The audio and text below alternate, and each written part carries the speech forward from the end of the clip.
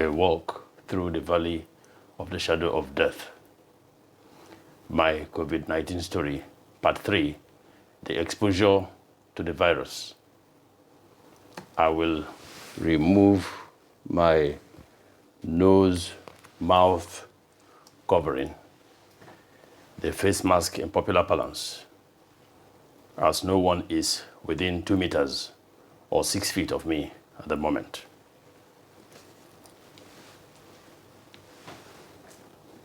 Hello and welcome.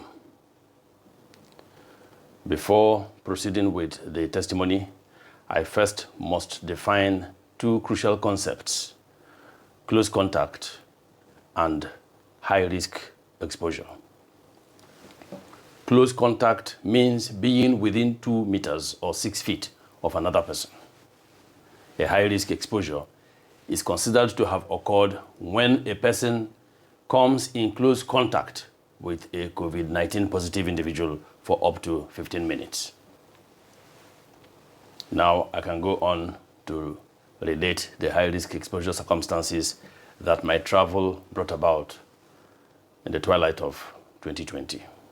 By 11 a.m. on that day, 28th day of December 2020, I was on a flight to Abuja. An hour or so later, the flight landed safely and I took a taxi to the city. The driver had the chin mask, which seemed to be more popular than the face mask. I have always believed that a lack of understanding of rationale is responsible for resistance to the face mask, of which the chin mask is simply one manifestation. To address this problem, I released a video on the rationale behind the face mask back in December. You can view that video, if you haven't already, by clicking the end card at the end of this one. That is, if you are watching on our primary platform, YouTube. And I encourage you to do so, as it will transform your life. Our channel is Revealed Transformation Church of Christ on YouTube. Anyway, I reminded the airport cab driver to pull his mask over his nose and mouth, and he did. In the city, I met up with the man I had come to see. He had no mask. When I reminded him that there is an ongoing pandemic and everyone should be covering their nose and mouth when meeting a person from another household, but even more so, someone who'd been traveling, he asked if COVID-19 was indeed true. I was taken aback. But then I assured him that COVID-19 is as true as can be. Then in return asked why the whole world would make up a horror like COVID. He uttered not another word with regards to COVID, but regardless, did not bother with a mask. Apparently, he had none. So I offered him one out of my pack in my hand luggage, and he wore it. But as soon as we got to his home, he removed his face mask. By the way, no one in his home bothered to wear a mask when I, someone from another household who had been traveling across borders, got there. Like the patriarch, either they assumed COVID-19 was a hoax, or they imagined that I didn't look like someone who would have the virus, which is a common mistake. They set the table for lunch. Inevitably, I too had to remove my mask at the table. We chatted animatedly while eating and were less than 6 feet apart, a big mistake in retrospect. How could I be sure that no one in the household or at the table was recovering from infection with the virus and probably still shedding it?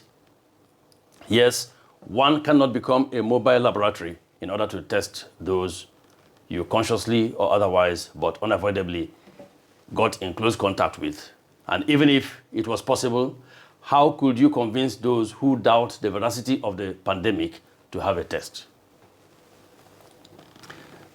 That was my first high-risk exposure situation to COVID-19, the lunch table.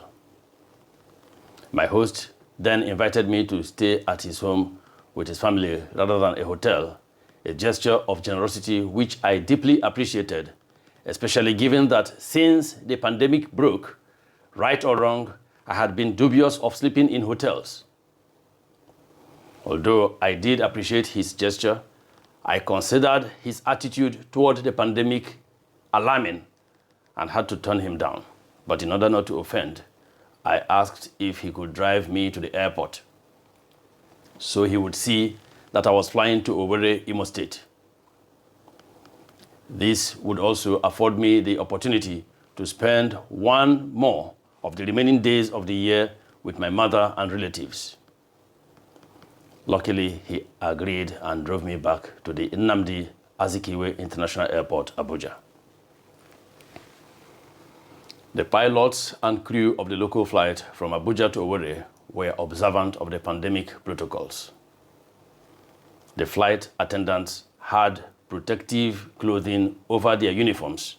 The airline did not serve the usual light refreshment. Instead, they had bottled water in the seat pockets for interested passengers to take by themselves. All boarded passengers, as far as I could see, had their face masks and up properly too.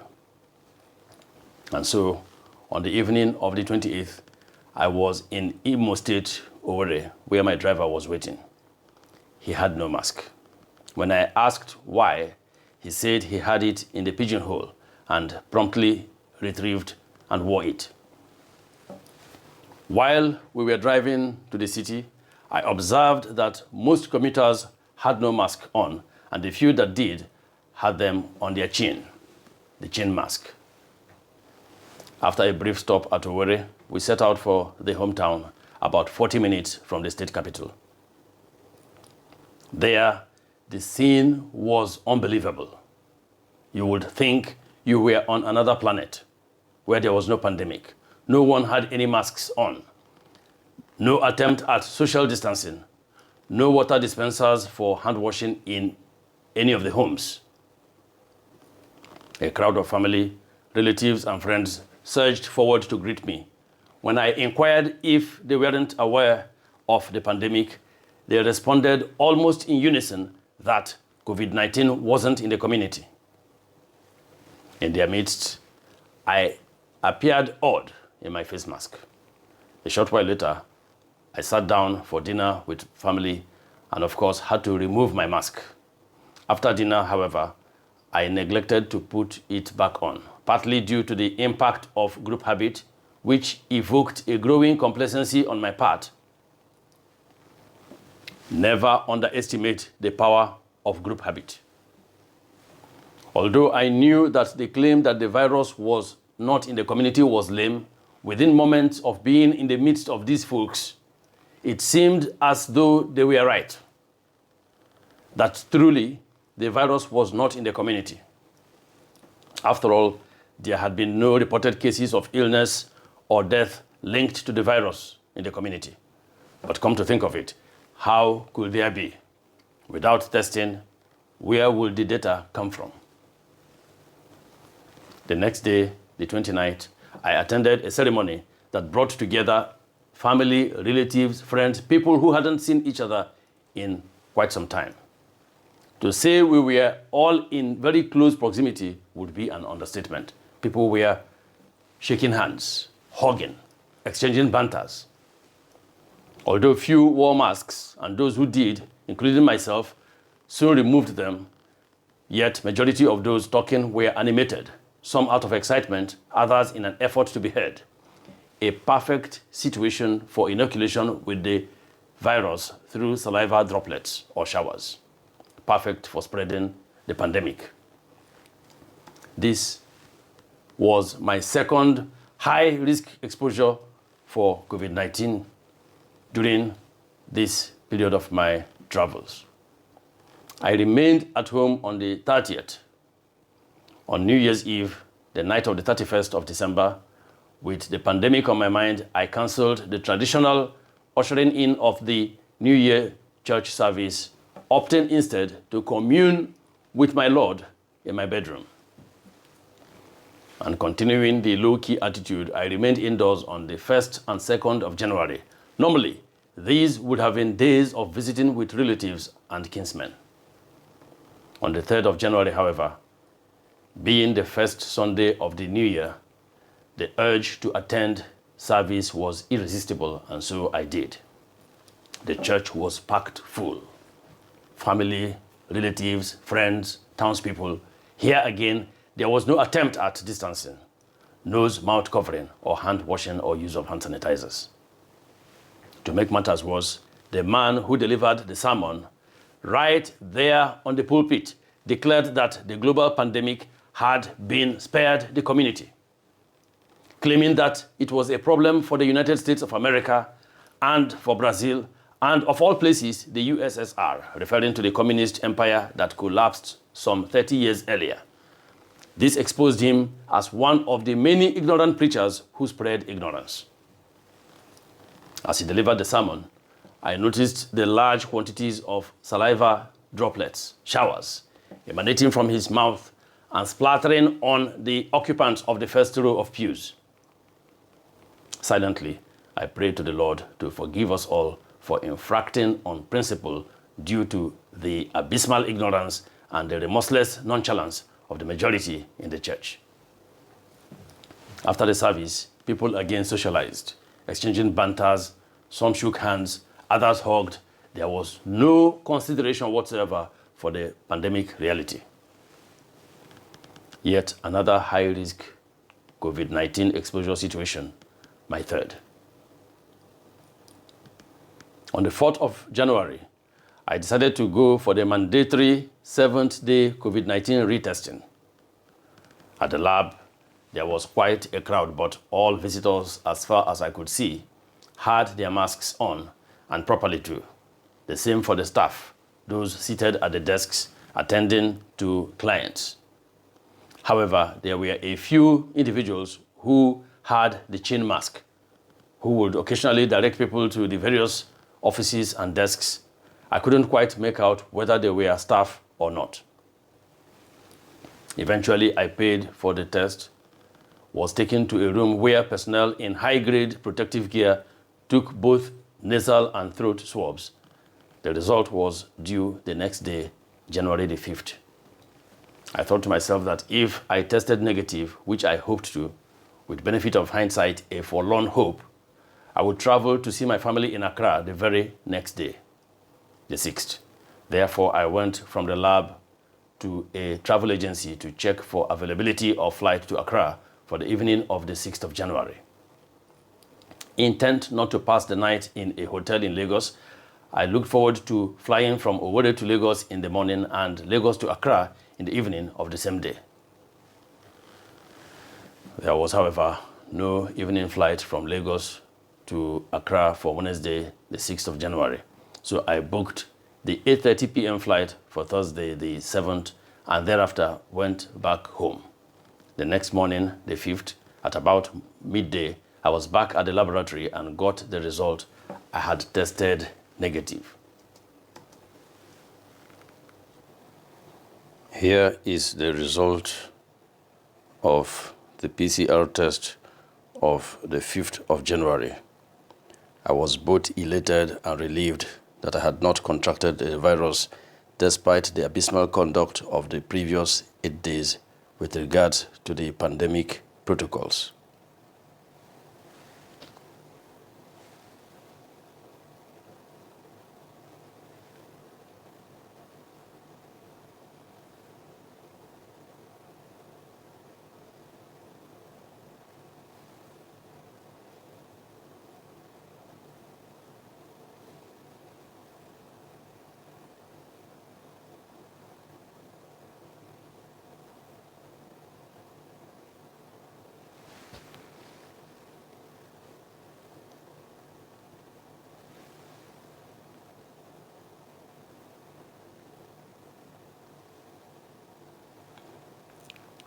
There you see my name there, Wameme Charles Emeka.